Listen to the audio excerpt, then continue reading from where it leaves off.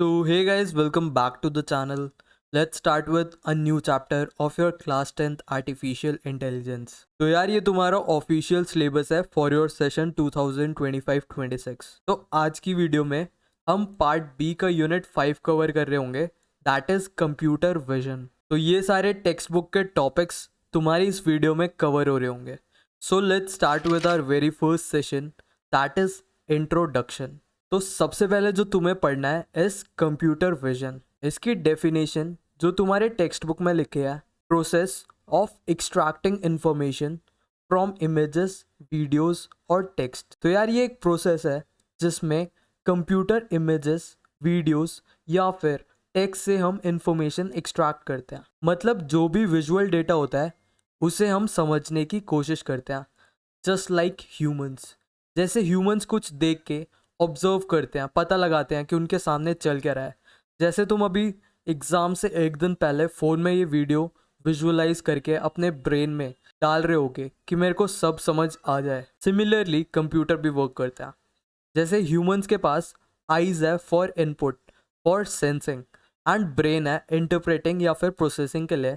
Similarly machines के पास camera होता है या फिर सेंसर होता है जिससे वो सेंस करते हैं, और ब्रेन की तरह उनके पास क्या होता है, एल्गोरिदम या फिर मॉडल्स, जहाँ पर प्रोसेसिंग और इंटरप्रिटेशंस होती हैं। तुम्हारे बुक में एक डिफरेंस गिवन है, आओ देखते हैं क्या डिफरेंस है कंप्यूटर विजन और इमेज प्रोसेसिंग में। तो कंप्यूटर विजन किस पे फोकस करता है, इंफॉर्मेशन एक्सट्रैक्शन पे और प्रिडिक्शन करने पे, वेयर एज जो तुम्हारा इमेज प्रोसेसिंग होती है वो रॉ इमेज को एनहांस करने में या फिर प्रिपेयर करने में हेल्प करता है। तुम्हारा कंप्यूटर विजन एक सुपर सेट है और कंप्यूटर विजन का एक छोटा सा पार्ट है इमेज प्रोसेसिंग। कंप्यूटर विजन के एग्जांपल हो गए तुम्हारे object detection, hand writing recognition, और इमेज प्रोसेसिंग के एग्जांपल हो गए रीस्केलिंग इमेजेस, ब्राइटनेस करेक्शन या फिर changing of tones of our image. तो ये दोनों डिफरेंस तुम रट लेना। उसके बाद आ जाओ एप्लीकेशन पे। कंप्यूटर विजन के क्या क्या एप्लीकेशन है। सबसे पहला फेशियल रिकॉग्निशन। अगर तुम्हारे फ़ोन में तुम्हारा फेस आईडी लगा हुआ है तो वहाँ पर यूज़ होता है। तुम्हारे स्मार्ट होम्स में, तुम्हारे काफ़ी सारे स्कूल्स में attendance system based on facial recognition होता है। सिक्योरिटी में कई जगह डोर्स पे भी तुम्हारे फेस लॉक लगे होते हैं। सेकंड आ जाओ फेस फिल्टर पे। तुमने स्नैपचैट या इंस्टाग्राम पे फिल्टर्स यूज़ करे होंगे, वहाँ पर यूज़ होता है क्या, तुम्हारा कंप्यूटर विजन। या फिर गूगल सर्च या ट्रांसलेट। गूगल में तुम जब इमेज के थ्रू कुछ सर्च करते हो, या ट्रांसलेट में भी आजकल इमेज वाला फीचर आ गया कि तुम फोटो खींचो और वो उसकी ट्रांसलेशन तुम्हें दे देगा। तो हर जगह कंप्यूटर विजन यूज़ हो रही है। तुम्हारी सेल्फ ड्राइविंग कार, टेस्ला वगैरह में तो ये बहुत यूज़ होता है। नेक्स्ट हो गया तुम्हारी मेडिकल इमेजिंग। अगर तुमने कभी अपना एमआरआई स्कैन करवाया है तो वहाँ पर भी तुम्हारा कंप्यूटर विजन यूज़ होता है। तो ये सारा था टॉपिक तुम्हारे सेशन 1 में जो तुम्हारी बुक में गिवन है। सो session 2 is computer vision task. तो यार कंप्यूटर विजन के मेजर टास्क देखते हैं। तो यार कंप्यूटर विजन करता क्या है, तुम्हारी फोटोज से इंफॉर्मेशन एक्सट्रैक्ट करता है। सबसे पहला होता है हमारे पास क्लासिफिकेशन। ये सिंपली एक इमेज को कैटेगरी देता है। जैसे तुमने फोटो भेजी से किसी, मान लो कैट की तुमने फोटो भेजी अपने एआई मॉडल को, तो वो उस फोटो को लेबलिंग दे देगा कि ये कैट है। सेकंड हो गया तुम्हारा क्लासिफिकेशन प्लस लोकलाइजेशन। सिर्फ ये नहीं बताता कि फोटो क्या है, बल्कि ये भी बताता है कहाँ पर है। जैसे तुमने कैट की फोटो भेजी तो ये बता देगा फोटो के अंदर कैट की इमेज टॉप राइट कॉर्नर पे है। थर्ड हो गया object detection. Multiple objects detect करना एक ही फोटो के अंदर। जैसे तुमने कैट के साथ डॉग और ह्यूमन की भी फोटो दे दी तो वो हर एक चीज़ डिटेक्ट करेगा कि इधर कैट है, इधर डॉग है और इधर ह्यूमन है। नेक्स्ट हो गया इंस्टेंस सेगमेंटेशन। तो यार पिक्सल लेवल तक ऑब्जेक्ट को अलग करना, मतलब हर एक ऑब्जेक्ट को एग्जैक्ट बाउंड्री मार्क करना। आओ इसको एक एग्जांपल से समझते हैं। जैसे तुमने एक कैट की फोटो भेजी तो इसने लेबलिंग कर दी ये कैट है। इस प्रोसेस को हम क्या बोलते हैं, क्लासिफिकेशन। सेकंड हो गया क्लासिफिकेशन प्लस लोकलाइजेशन।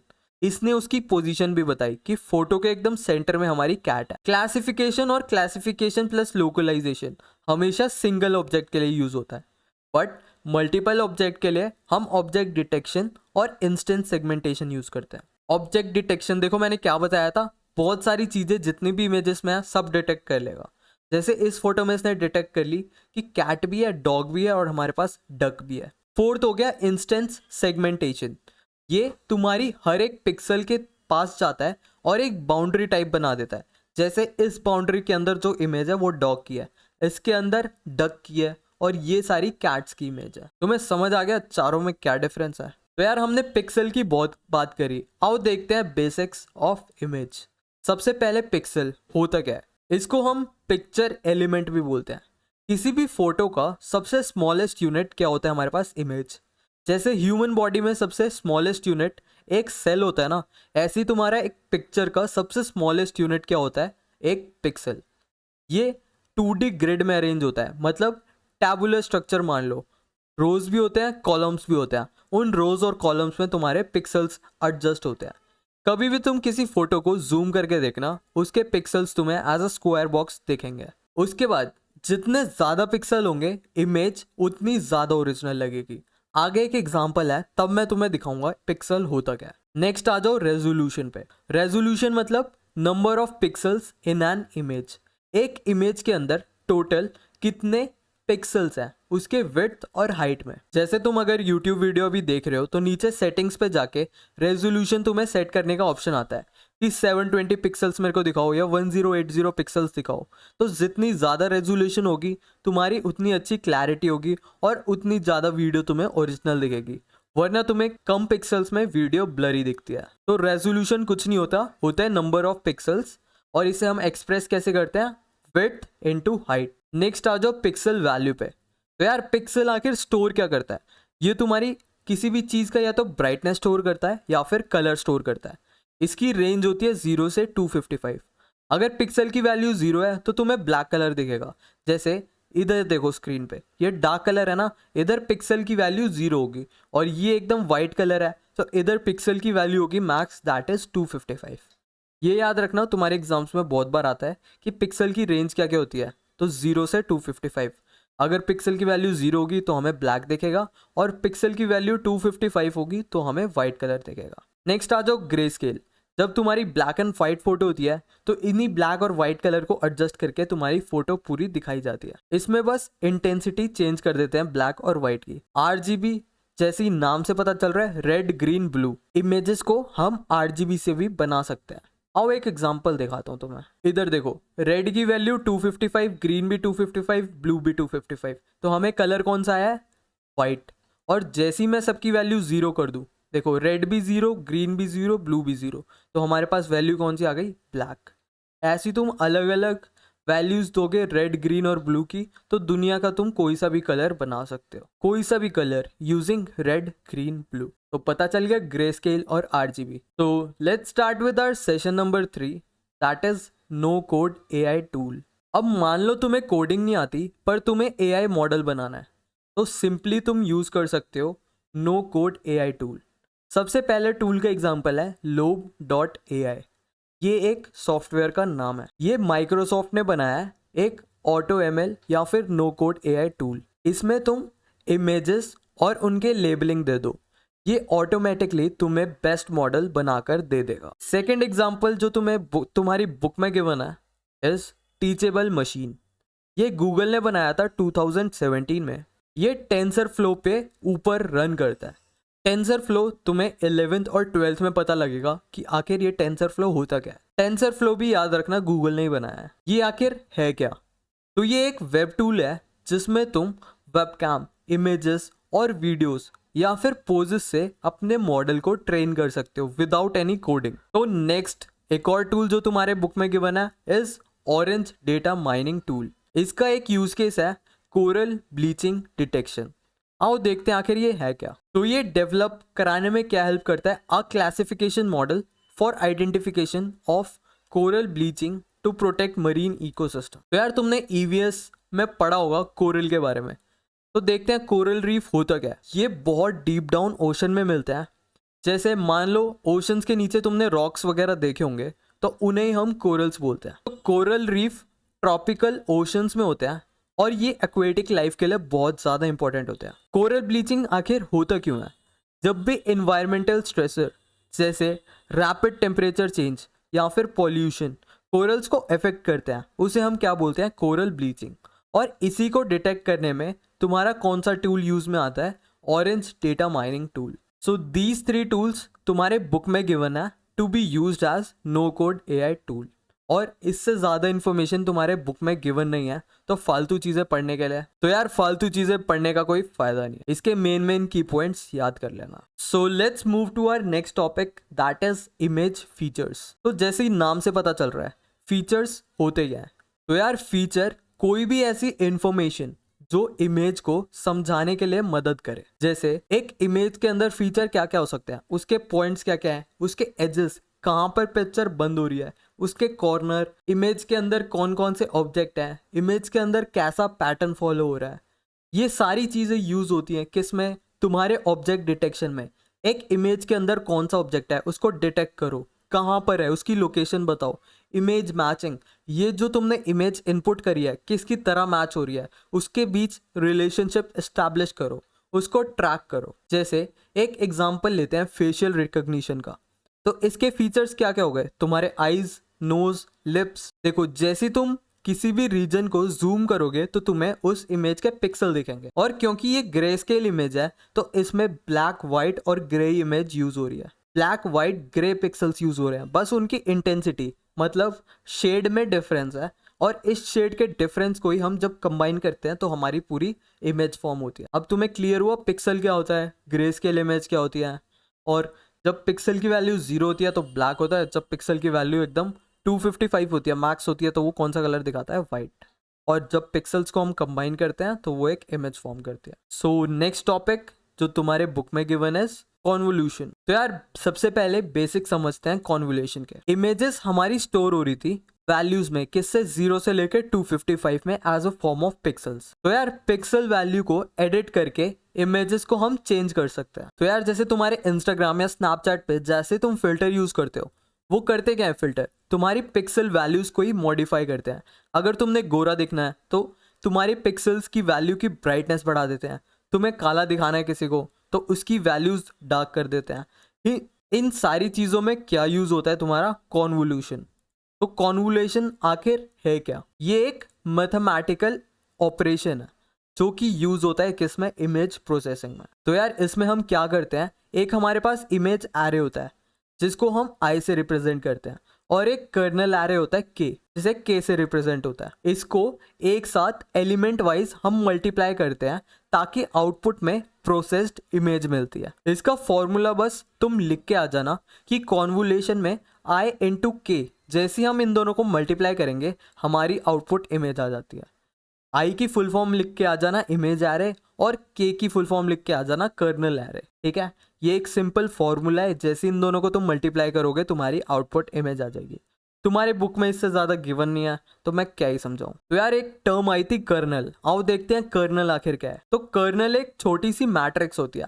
मैट्रिक्स बोले तो रोज और कॉलम्स, जैसे टेबल ही मान लो, रोज और कॉलम्स का मिक्सचर। तो ये एक मैट्रिक्स होती है जहां, या फिर जो इमेज पर स्लाइड होती है और उसके इफेक्ट्स बनाती है। जैसे अगर तुम्हें इमेज को ब्लर करना हो तो उस मैट्रिक्स को एडजस्ट करो, तुम्हारी पिक्चर ब्लर हो जाएगी। सिमिलरली तुम्हें शार्प करना हो या तुम्हारे एज को डिटेक्ट करना हो, हर चीज में क्या यूज होती है, तुम्हारी कर्नल। तो यार अब इनसे आखिर प्रॉब्लम है क्या। तो यार कॉन्वोल्यूशन जब भी हम अप्लाई करते हैं उसके बाद ना इमेज की साइज बहुत छोटी हो जाती है, क्योंकि एजेस पर कर्नल फुल्ली ओवरलैप नहीं हो पाते। इसका सॉल्यूशन क्या है, तुम्हारी पैडिंग। पैडिंग करती क्या है, एजेस पर 0 वैल्यूज ऐड कर देती है जिससे तुम्हारी इमेजेस का साइज मेंटेन रहे। तो यार इसका एक एग्जांपल तुम्हारी टेक्स्ट बुक में गिवन है। लास्ट में हम जब तुम्हारी टेक्स्ट बुक से रिवाइज करेंगे तब मैं तुम्हें उसका एग्जांपल दिखाता हूँ, तब तुम्हें और अच्छे से क्लियर होगा कॉन्वोल्यूशन और कर्नल आखिर है क्या। तुम्हारा लास्ट टॉपिक इस चैप्टर का दैट इज CNN,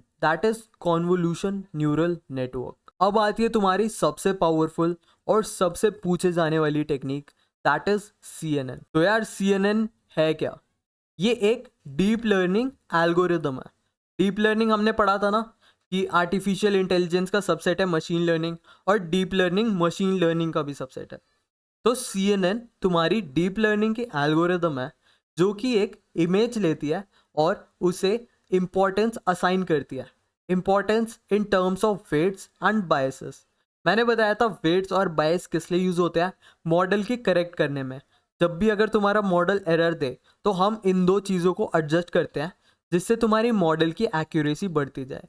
तो CNN एक डीप लर्निंग मॉडल है जो इनपुट इमेज से फीचर निकालता है और ऑब्जेक्ट को आइडेंटिफाई करता है कि आखिर वो ऑब्जेक्ट है क्या, और एक ऑब्जेक्ट को दूसरे से भी डिफ्रेंशिएट करता है। तो मोटा मोटा ये काम है तुम्हारे CNN का। आओ डिटेल में देखते हैं। एक एग्जांपल देखो, जैसे तुमने कार की इमेज दे दी अपने CNN मॉडल को, तो जो भी प्रोसेसिंग है इसके अंदर होएगी और ये तुम्हें आउटपुट बता देगा कि ये कार लग रही है 70%, ट्रक लग रही है 20% और बाईसाइकिल लग रही है 10%। फिर तुम वेट्स और बायसेस को एडजस्ट करोगे जिससे तुम्हारी और इम्प्रूवमेंट होती जाए मॉडल की। तो CNN के अंदर बहुत सारी लेयर होती हैं जो तुम्हें पढ़नी है। पहली होती है कॉन्वोल्यूशनल, दूसरी होती है रेलू जिसकी फुल फॉर्म होती है रेक्टिफाइड लीनियर यूनिट, थर्ड होती है पूलिंग लेयर और फोर्थ होती है फुली कनेक्टेड लेयर। आओ सबसे पहले देखते हैं कॉन्वोल्यूशनल लेयर क्या होती है। इसका काम क्या होता है? Extract features from the image. किसी भी इमेज से फीचर एक्सट्रैक्ट करना हो तो वो कौन सी लेयर पे होता है? Convolutional layer. सबसे पहली लेयर क्या करती है? लो लेवल फीचर को डिटेक्ट करती है। लो लेवल फीचर जैसे इमेज के एजेस कहाँ पे है, इमेज के कौन कौन से कलर है, इसके अंदर कौन कौन से ग्रेडियंट यूज हो रहे हैं। फिर दूसरी लेयर्स किन चीज़ों में हेल्प करती है? हाई लेवल फीचर्स एक्सट्रैक्ट करने में, कि अगर किसी फोटो की आईज है, फेस है, ऑब्जेक्ट है, नोज है, उन सबको डिटेक्ट करो। थर्ड हो गया कर्नल्स यूज करती है जिससे तुम फीचर मैप या फिर एक्टिवेशन मैप बना सकते हो। ये जो तुम्हारा feature map, kernel, activation map तुम्हारे 11th-12th के आईपी में पढ़ाया गया है। अभी बस तुम्हारी टेक्स्ट बुक में नाम गिवन है तो तुम्हारे को रटना ही पड़ेगा। तो इसके बेनिफिट्स क्या क्या हैं कॉन्वोल्यूशन लेयर के? सबसे पहले तो ये इमेज का साइज रिड्यूस कर देता है जिससे तुम्हारा AI मॉडल एफिशिएंट बन जाता है। सेकंड बेनिफिट है ये बस इंपॉर्टेंट फीचर्स को हाईलाइट करता है, जैसे फेशियल के फीचर रिकॉग्नाइज कर लिए, या फिर नोज डिटेक्ट कर ली, या फिर उसका कलर डिटेक्ट कर लिया, तुम्हारी फोटो में क्या कलर है, उसके एजेस कहाँ पे है। तो बस इंपॉर्टेंट फीचर्स को ये टारगेट करता है। सेकंड आ जाओ रेलू पे। इसकी फुल फॉर्म लिखा ना रेक्टिफाइड लीनियर यूनिट। ये करता क्या है? तुम्हारे मॉडल के अंदर नॉन लिनियरिटी इंट्रोड्यूस करता है। ये नेगेटिव वैल्यू को जीरो से रिप्लेस कर देता है, और अगर किसी चीज की वैल्यू पॉजिटिव है तो उसे टच भी नहीं करता, अनटच्ड छोड़ देता है। इससे एजेस और जितने भी इंपॉर्टेंट फीचर्स हैं तुम्हारी टोटल इमेज से और डिफरेंशिएट हो जाती है। जैसे तुमने एक कैट की इमेज भेजी थी और पीछे बैकग्राउंड था, बैकग्राउंड को कैट इमेज से डिस्टिंक्ट करना, डिफ्रेंशिएट करना, उसमें क्या हेल्प करता है? तुम्हारे रेलू। ये CNN में हेल्प करता टू डिटेक्ट कॉम्प्लेक्स पैटर्न्स, ना कि बस स्मूथ ग्रेडियंट्स को। थर्ड आ गया तुम्हारा पूलिंग लेयर। पूलिंग लेयर क्या करता है? जो फीचर मैप यूज कर रहे हैं हम उसका साइज कम कर देता है और इंपॉर्टेंट इन्फो को अपने पास रखता है। ये दो टाइप के होते हैं, मैक्स पूलिंग और average pooling. Max pooling maximum value लेता है रीजन की, whereas average pooling average value लेता है हर एक रीजन की। इससे ट्रांसलेशन, डिस्टॉर्शन, इनवेरियंस, ये कुछ तुम्हारे मेट्रिसेस हैं वो हमें मिलता है। ये इमेज को स्मॉलर कर देता है। ट्रांसलेशन, डिस्टॉर्शन, इनवेरियंस, ये सारे मैट्रिक्स भी फाइंड करने में हमारी हेल्प करता है। अगर तुम्हें लग रहा है कुछ कुछ ऐसी टर्म्स है जो तुम्हें समझ नहीं आ रही तो जाके गूगल करना, कॉज तुम्हारे टेक्स्ट बुक में भी ज़्यादा डीप में गिवन नहीं है, तो ऊपर ऊपर से ही देख लो, बहुत है। फोर्थ लेयर है तुम्हारी फुली कनेक्टेड लेयर। इसमें जो फाइनल टास्क होता है, फाइनल क्लासिफिकेशन होती है कि आखिर इमेज है क्या, इसे कौन सी कैटेगरी असाइन करे, वो सारा काम होता है हमारा last layer, that is fully connected layer. Feature map जो भी हम यूज कर रहे हैं उसे फ्लैटन हो जाता है एक वेक्टर में। वेक्टर होता है तुम्हारा 1D एरे। तो जो हम 2D मैट्रिक्स यूज कर रहे थे रोज और कॉलम्स वाले में, वो उसे फ्लैटन कर देता है एक सिंगल रो के अंदर। हर एक वैल्यू क्या रिप्रेजेंट करती है इसके अंदर, कि वो किस क्लास में बिलोंग करेगा, कि जो तुमने फोटो दिया है वो कैट क्लास में फॉल करेगी या फिर डॉग क्लास में। तो हर एक वैल्यू क्या रिप्रेजेंट करती है? प्रोबेबिलिटी, कि किस क्लास में हमें इमेज को भेजना है। इसके एग्जांपल हो गए, जैसे हमने इनपुट दिया किसका? कैट इमेज का, तो उसने फीचर निकाला लाइक विस्कर्स, फर, ईयर्स, तो बहुत ज़्यादा चांसेस हैं कि उसको हम लेबल दे दें कि इनपुट इमेज हमारी कैट है। तो एक एग्जांपल देखो, जैसे तुमने इनपुट दिया तो वो हर एक चीज़ डिटेक्ट करेगा। जैसे इसने इसमें फेस डिटेक्ट करा, फिर black and white colour detect करा, फिर पैटर्न डिटेक्ट करा, फिर अपने मॉडल के पास ये जितनी भी चीज़ें इसने डिटेक्ट करी थी भेजी। फिर आउटपुट आता है तुम्हारा कि फॉक्स के 0.1% चांस है, जेब्रा के होने के 0.8% चांस है, और एलिफेंट होने के 0.2 प्रोबेबिलिटी है आउट ऑफ 1। ये तो तुम्हें पता ही होगा, प्रोबेबिलिटी 0 और 1 के बीच लाई करती है। जितनी ज़्यादा वैल्यू 1 के क्लोज होगी उतने ज़्यादा हाई चांसेस। तो देखो जेब्रा के 0.8 प्रोबेबिलिटी है, मतलब सबसे ज़्यादा हाई चांसेस किसकी है, इमेज की, जेब्रा होने की, और हमारा इनपुट जेब्रा ही है। तो ऐसे काम करता है मोटा मोटा तुम्हारा CNN। 11th और 12th में भी थोड़ा और एडवांस में ये टॉपिक कवर हो रहा है, तो ज़्यादा डिटेल में मत घुसना। जितना तुम्हारी बुक में गिवन है हमने सारा कवर कर लिया, और तुम्हारे कॉलेज लेवल में तो हर एक चीज़ बहुत नेक्स्ट डिटेल लेवल पे तुम्हें पढ़ाएंगे। तो ओवरऑल देखें CNN काम कैसे करता है। सबसे पहले इनपुट इमेज जाती है, फिर कॉन्वोल्यूशन लेयर से हम फीचर्स को एक्सट्रैक्ट करते हैं, जिसकी हेल्प से हम एक फीचर मैप रेडी करते हैं। जो रेलू होता है वो नॉन लिनियरिटी इंट्रोड्यूस कर देता है और फीचर्स को ज़्यादा क्लियर कर देता है। नेक्स्ट हो गया पूलिंग। पूलिंग क्या करता है, तुम्हारा साइज रिड्यूस कर देता है और इंपॉर्टेंट फीचर्स को रिटेन करके रखता है। फिफ्थ स्टेप हो गया, तुम्हारे सेकेंड से फोर्थ स्टेप बहुत बार रिपीट होते रहते हैं डीप लर्निंग के लिए। लास्ट में क्या होता है, फुली कनेक्टेड लेयर पे जो भी तुम्हारा मैट्रिक्स था या फीचर मैप था वो फ्लैटन हो जाता है और क्लासिफिकेशन होती है कि फाइनल लेबलिंग हमें देनी किसकी है। जैसे इसमें जेब्रा की लेबलिंग दी, हमने एक कैट का एग्जांपल लिया था, उसमें कैट की लेबलिंग दी थी। तो फाइनल काम हमारा कौन सा लेयर करता है, फुली कनेक्टेड लेयर। आओ तुम्हारी टेक्स्ट बुक गो थ्रू करता है। तो यार वेबसाइट पे आना, इधर टेक्स्ट बुक वाले सेक्शन पे क्लिक करना, तो तुम्हारी ऑफिशियल बुक खुल जाएगी। तो तुम्हारी यूनिट है कंप्यूटर विजन। सबसे पहला सेक्शन तुम्हें इंट्रोडक्शन गिवन है कि वही मशीन्स क्या ह्यूमंस की तरह इमेजेस को कैप्चर कर सकती हैं, क्या मशीन्स के पास आईज होती हैं। तो हमने पढ़ा था कि कंप्यूटर विजन में जो विजुअल डेटा होता है कहाँ के थ्रू जाता है, with the help of sensors. तो उसके बाद देखो यही कंपैरिजन गिवन है कि ह्यूमंस तो आई और ब्रेन का यूज़ करके इंटरप्रेट कर लेते हैं कि ये हमारे पास एलिफेंट की इमेज है, बट जो तुम्हारे मशीन्स होते हैं उनके पास वेबकैम्स होते हैं या फिर सेंसर होते हैं जो इमेज का इनपुट लेते हैं और फिर अपने मॉडल या फिर एल्गोरिदम्स के पास प्रोसेसिंग कराते हैं, जिससे हमारा आउटपुट आता है। फिर देखो एक आर्टिफिशियल इंटेलिजेंस आपस में होल कैटेगरी है। इसके अंदर हमने पढ़ा था क्या क्या कैटेगरी आती है, मशीन लर्निंग और फिर डीप लर्निंग। और जब हम तीनों को कंबाइन कर देते हैं तब हमारा आता है कंप्यूटर विजन। फिर उसके बाद डिफरेंस गिवन है कंप्यूटर विजन और इमेज प्रोसेसिंग में, जो हमने दोनों डिफरेंस देख लिए थे। उसके बाद एप्लीकेशंस गिवन है, ये भी हमने पढ़ लिया था कि तुम्हारे फ़ोन्स वगैरह में फेशियल रिकॉग्निशन, फिर तुम्हारे इंस्टाग्राम स्नैपचैट के फिल्टर्स हो गए, तुम्हारी गूगल सर्च बाय इमेज हो गया। फिर कंप्यूटर विजन रिटेल स्टोर में कि कौन सा बंदा कहाँ खड़ा है, कोई कुछ चोरी तो नहीं कर रहा। सेल्फ ड्राइविंग कार्स में कंप्यूटर विजन यूज़ होता है। तुम्हारी मेडिकल इमेजिंग, MRIs वगैरह स्कैन जो होते हैं, ऐसे बंदे को जो लिटा देते हैं सर्कल वाले थिंग के अंदर, वहाँ पर भी यूज़ होती है तुम्हारा कंप्यूटर विजन। तुम्हारा गूगल ट्रांसलेट ऐप, अगर तुम फोटो क्लिक करके गूगल ट्रांसलेशन करवा रहे हो किसी भी टेक्स्ट की, वहाँ पर कंप्यूटर विजन यूज़ होता है। फिर हमने देखा था कंप्यूटर विजन के टास्क, सिंगल ऑब्जेक्ट के लिए क्या क्या होता है, क्लासिफिकेशन और क्लासिफिकेशन प्लस लोकलाइजेशन।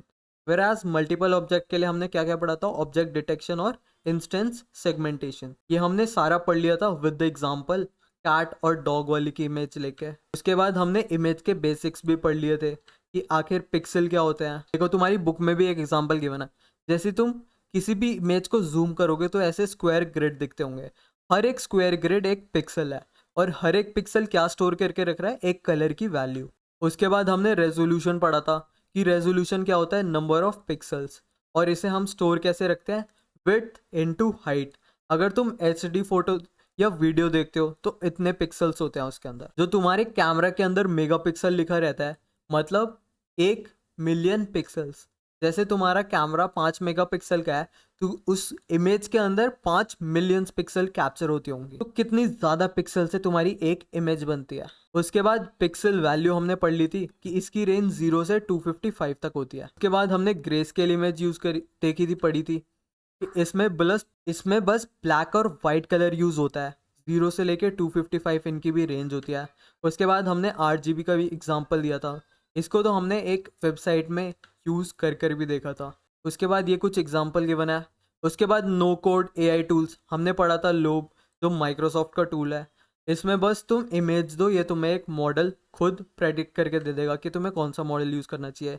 उसके बाद हमने टीचेबल मशीन पढ़ी थी कि ये गूगल ने बनाई थी, ये टेंसर फ्लो पे रन करती है। ये ट्रेनिंग कराती है मॉडल पे based on different image, audio या फिर पोजेस जो भी तुम मॉडल को देते हो। उसके बाद हमने ऑरेंज डेटा माइनिंग टूल देखा था कि ये कोरल रीफ डिटेक्ट करने में हेल्प करती है कि ब्लीचिंग कितनी हुई कितनी नहीं, तो उसी का पूरा एग्जांपल गिवन है तुम्हारी बुक में, कोरल ब्लीचिंग क्या होती है। फिर हमने देखा था इमेज फीचर्स, इमेज के फीचर्स क्या क्या हैं। जैसे ये कोई इमेज है तो इसके अंदर ये सब इसने फीचर निकाले कि ये क्लाउड है, ये एक एज है, ये दूसरा एज है, ये तीसरा, ये चौथा, ये पैटर्न फॉलो हो रहा है बिल्डिंग के अंदर। उसके बाद हमने पढ़ा कॉन्वोल्यूशन क्या होती है।